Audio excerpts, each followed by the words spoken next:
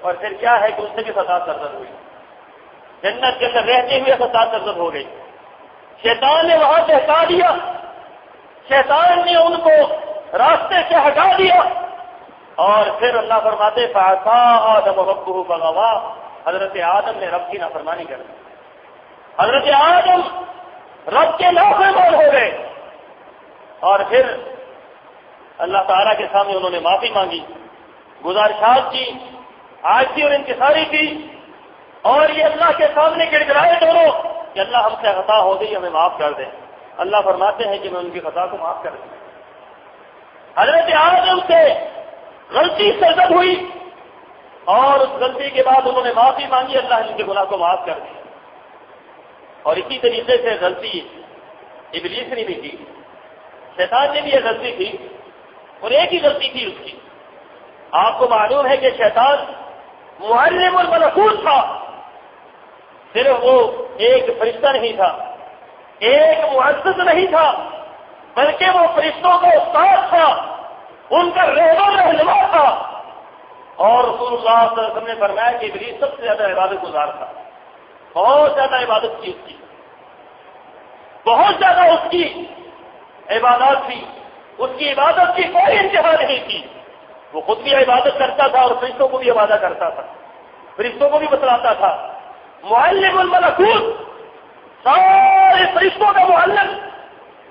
اس سے خطا سرزد ہوئی اور وہ اکڑ گیا۔ اس نے اللہ سے معافی نہیں مانگی، اپنے گناہ پر اس نے اصرار کیا، اپنے گناہ کو اس نے سچ ثابت کرنے کی کوشش کی، اپنی نافرمانی کو اس نے ٹھیک کہنے کی کوشش کی، اللہ نے اس کو راندہ درگاہ کر دیا۔ فرق کتنا بڑا ہے، حضرت آدم سے خطا ہوئی، معافی طلب کی گئی، اللہ نے معاف کر دیا۔ شیطان سے گناہ سرزد ہوا، شیطان اکڑ گیا، اللہ نے اس کو برباد کر کے رکھ دیا۔ ایک طرف شیطان ہے جس کو یہ کہا گیا تو ہمیشہ ہمیشہ کے لیے راندہ درگاہ ہوا، تو تیرے بربادی تیرے مقدر میں چلی گئی، لعنت تیرا مقدر بن گئی، پھر کار تیرے اوپر قیامت تک نازل ہوگی، ہر لمحہ ہر گھڑی تیرے اوپر ہمارا غضب برستا رہے گا۔ اور دوسری طرف حضرت آدم ہے جن کو یہ کہا جا رہا ہے آدم خطا سرزد ہو گئی، تو نے معافی طلب کی، ہم نے معاف کر دیا، اب تو دنیا میں جا رہا ہے، اور دنیا میں اب تو نے نیک کام کرنے ہیں، اب تو نے اچھائیاں کرنی ہے، جس جنت سے ہم نے مجھے نکالا ہے اسی جنت میں واپس مجھے داخل کر دیں۔ گویا ابن آدم کے لیے ایک بہترین چیز جو اللہ نے رکھی ہے وہ توبہ ہے، وہ استغفار ہے۔ جس شخص سے بھی گناہ سرزد ہوتا ہے، جس سے بھی نافرمانی سرزد ہوتی ہے، اللہ نے اس کے لیے توبہ کا دروازہ رکھا ہوا ہے۔ ہر حال میں، ہر گھڑی میں،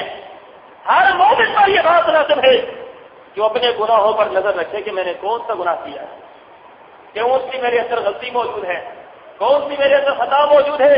کہاں کہاں میری زندگی کے اندر کمی کوتاہیاں موجود ہے، کون سی ایسی بات میری زندگی کا حصہ ہے جس کی وجہ سے میرا رب مجھ سے ناراض ہو سکتا ہے، شریعت کی نافرمانی ہو سکتی ہے، کتاب اللہ کی بغاوت ہو سکتی ہے، سنت رسول اللہ سے انحراف ہو سکتا ہے، کون کون سی میری زندگی کے اندر ایسی باتیں ہیں، فرمایا کہ ان باتوں سے رجوع کر لے تو اللہ تعالیٰ کو معاف کرنے والے ہیں۔ وہ فرما رہے ہیں آؤ میری طرف، آؤ میری طرف، میں نے تمہارے باپ کی غلطی کو بھی معاف کیا ہے، میں تمہاری غلطی کو بھی معاف کر دوں گا، غلطی نہیں غلطیوں کو معاف کر دوں گا، جتنی زیادہ غلطیاں لے کر آؤ، جتنے زیادہ گناہ لے کر آؤ، لیکن آؤ صحیح میرے پاس، گناہ لے کر ادھر ادھر نہ بھٹکتے پھرو، گناہ لے کر ان پر اتراتے نہ پھرو،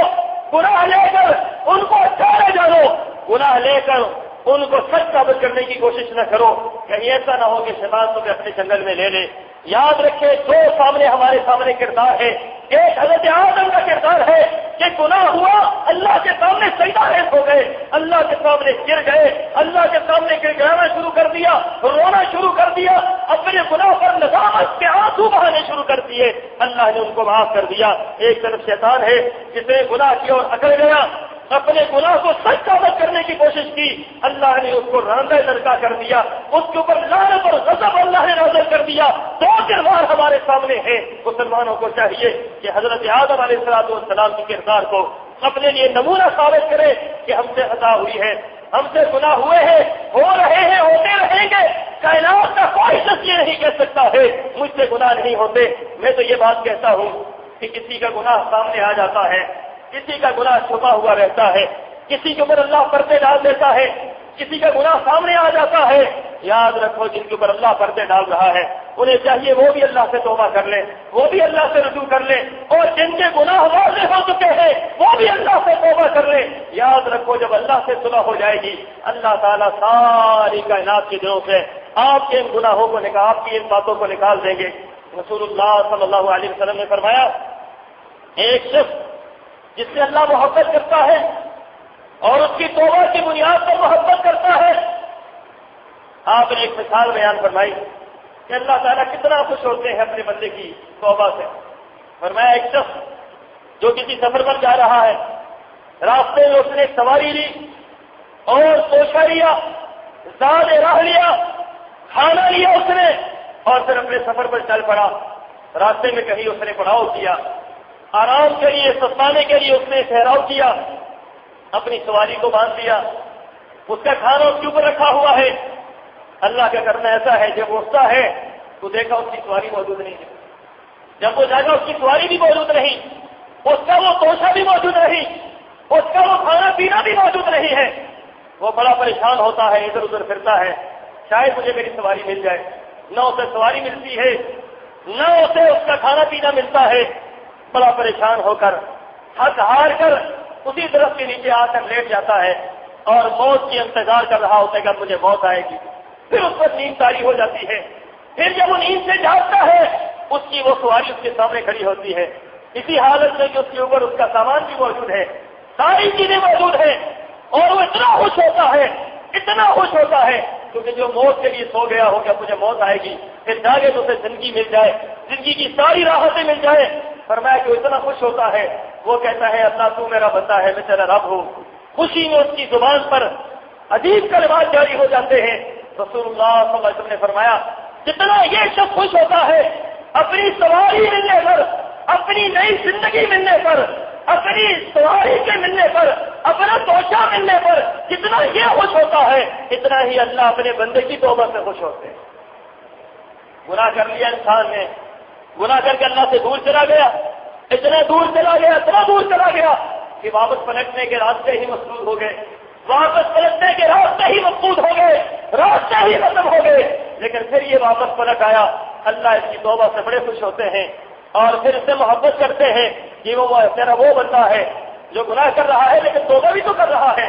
گناہ کر رہا ہے لیکن استغفار بھی تو کر رہا ہے، گناہ کر رہا ہے ندامت بھی تو اس کے اندر آ جاتی ہے، گناہ کرتا ہے پشیمان بھی تو ہو جاتا ہے۔ گناہ کرنا بڑی بات نہیں ہے، اصل میں بات یہ ہے کہ اللہ کے سامنے ندامت کے آنسو کون بہاتا ہے؟ کون کھڑا ہوتا ہے اللہ کے سامنے اور اپنے گناہوں کو یاد کرتا ہے اور کہتا ہے اللہ یہ میرے گناہوں کی لمبی فہرست ہے، اتنی لمبی میری فہرست ہے، زمین کے ذرے اتنے نہیں جتنے میرے گناہ ہیں، آسمان کے ستارے اتنے نہیں جتنے میرے گناہ ہیں،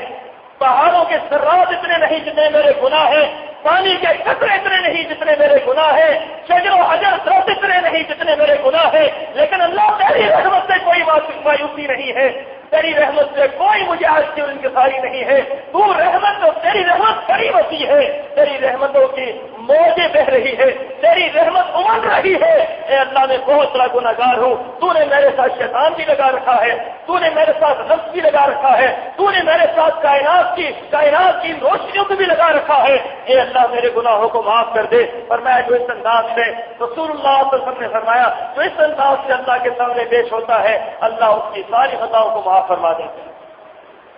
رسول اللہ صلی اللہ علیہ وسلم کی حدیث ہے،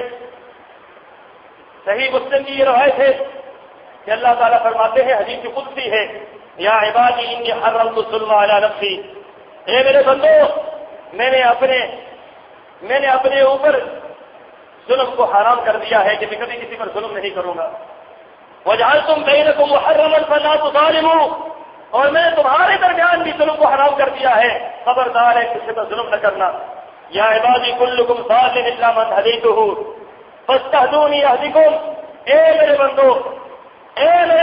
تم سارے کے سارے گمراہ تھے، میں نے تمہیں راہ دکھلا دی ہے، میں نے تمہیں صحیح راستہ دکھلا دیا ہے، آؤ مجھ سے ہدایت طلب کرو، میں تمہیں ہدایت عطا کر دوں گا۔ یا عبادی کلکم جائع الا من اطعمہ، اے میرے بندو تم سارے کے سارے بھوکے تھے مگر وہ جسے میں نے کھلایا، جسے